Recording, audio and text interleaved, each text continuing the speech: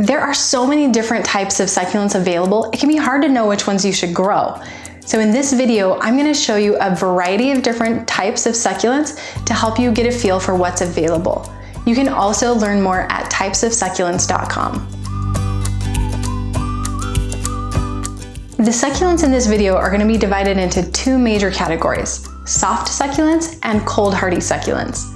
Now, the definitions of those two things vary depending on who you're talking to, so let me tell you what exactly I mean when I say cold hardy or soft succulents. First, let's talk about soft succulents. Soft succulents are those that can't tolerate extended periods of frost. So these are succulents that would grow in a zone 8, 9, 10, 11 if you're in the United States. They can handle a night or two of temperatures below freezing, but if they're left in freezing temperatures for an extended period of time, they will start to experience some damage. On the other hand, cold hardy succulents are those that can tolerate a true four-season climate. They can handle extended periods of temperatures well below freezing. These are succulents that would grow well in zones 4, 5, 6, and 7. Now that you know the difference between soft succulents and hardy succulents, let's talk more about them. I am here in one of the greenhouses at Mountain Crest Gardens, and I want to introduce you to soft succulents. This category of succulents is extremely diverse. You have just about every imaginable shape, color, and then sizes range from tiny haworthias all the way up to giant aloe trees and agaves and massive bushes of jade.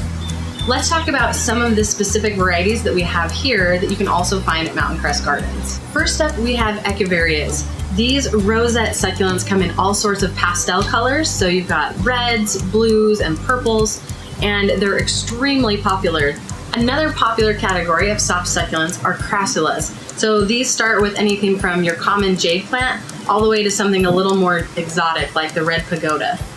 A lot of jade plants will do really well indoors, and they often will grow into rather large bushes, but you can also keep them small and tiny, something like this crassula Tom's Thumb.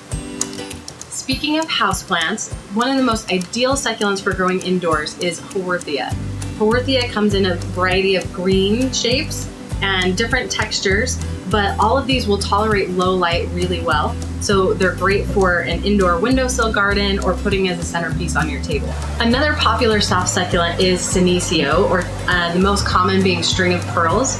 But then blue chalk sticks also make a really great ground cover in a more temperate climate. Another diverse option for a soft succulent are kalanchoes. They have really diverse foliage, and a lot of them are incredibly prolific. Aeoniums are another type of rosette succulent, but one thing that you'll want to know about aeoniums, when ordering them online, their leaves are especially fragile, so you may notice they'll get a little bit of bruising as they're shipped. It's completely normal and your plant is still healthy, but it will change the appearance slightly. There are also a few varieties of sedums that are soft, including a really popular pork and beans, and then also sedum burrito. This is by no means an exhaustive list of varieties of soft succulents, but it'll at least give you a taste of what's available. Soft succulents come in so many different colors and shapes that if you live in a warm climate, again a zone 9 or above, you have a lot of diverse options to use in your succulent garden. Aren't soft succulents gorgeous? There are so many different varieties and textures. Leave a comment below and tell me what your favorite soft succulent is. Now, let's transition to hardy succulents. And again, these are cold hardy succulents that can tolerate temperatures well below freezing. These succulents are all pretty low maintenance. Something that's kind of fun is a lot of them will change colors throughout the year. The sempervivums, for example, get really good color in the spring and a lot of times in the fall. They stay pretty low to the ground, so you're looking at more of a ground cover type of succulent. They also work really well in vertical planters, in container gardens, rock gardens, and even as a lawn replacement. Hardy succulents can add color and visual interest to any garden year-round, no matter where you live. There's a few main varieties, so let's talk about each of them individually. Sempervivums come in a variety of shapes and colors, and for the most part, you'll find them in like reds and greens and purples, but as you can see here, you also get some more subtle tones of oranges and yellows, and then the cilia on top of these arachnoideum varieties add some white and lighter colors.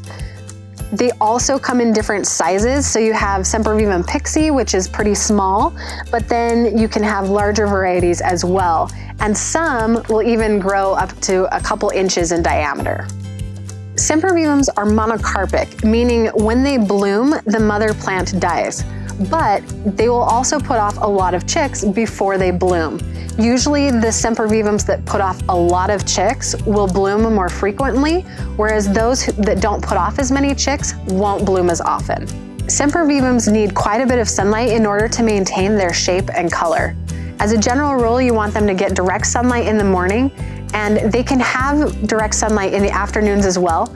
But in the spring and summer, as temperatures get warmer into the 90s and 100s, you'll definitely want to make sure that they're shaded in the afternoons.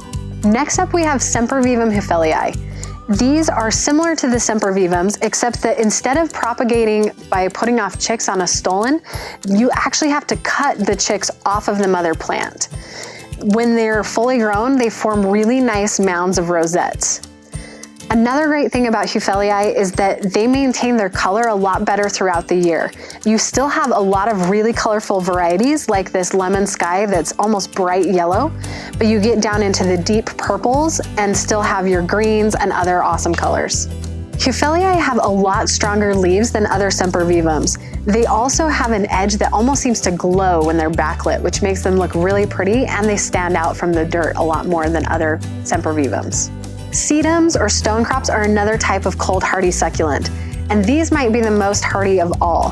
They can tolerate a lot more sunlight in the summers, but they can also get down to temperatures well below zero in the winter and still survive.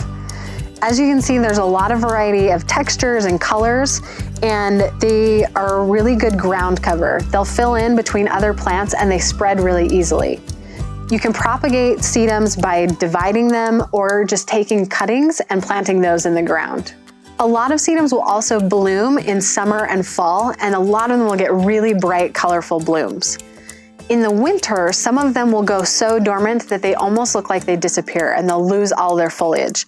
But on the other hand, a lot of them will also maintain their foliage, so you have a nice color still all through the winter. With sedums, you do get varieties that vary in height, but there are low-growing sedums that make for a really good ground cover. Another hardy succulent that's closely related to sedums is Rosularia. There aren't as many varieties, but they form these really tiny rosettes and create a nice mat, so they're perfect for using as a ground cover. Rosularia also works really well in containers or miniature gardens and even in living walls. For a completely different shape and texture for cold hardy succulents, Opuntias are a really great option. These paddle cactus are hardy well below zero, and they also have these incredible colorful blooms in a variety of colors. So this Grand Mesa peach has a really delicate petal, and you can see it just has a nice transition of these peachy colors. We also have yellows and pinks and purples, just about any color you can imagine. Opuntias propagate from simply removing a paddle, and they root really easily. Once they're fully established and well-rooted, they can withstand just about anything. During the winter, they do kind of go limp and look a little sad, but they perk right back up in the spring. I love cold hardy succulents. I'm always surprised at how well they do in the snow all year round. When I was living in Utah, it was awesome to have these colorful plants that looked great even in the winter. If you live somewhere with snow or a four-season climate, leave a comment below and let me know what succulents you want to add to your collection that can tolerate the cold temperatures. Isn't it amazing how many different types of succulents there are? And this video has only scratched the surface. There are thousands more varieties that you can choose from when growing succulents.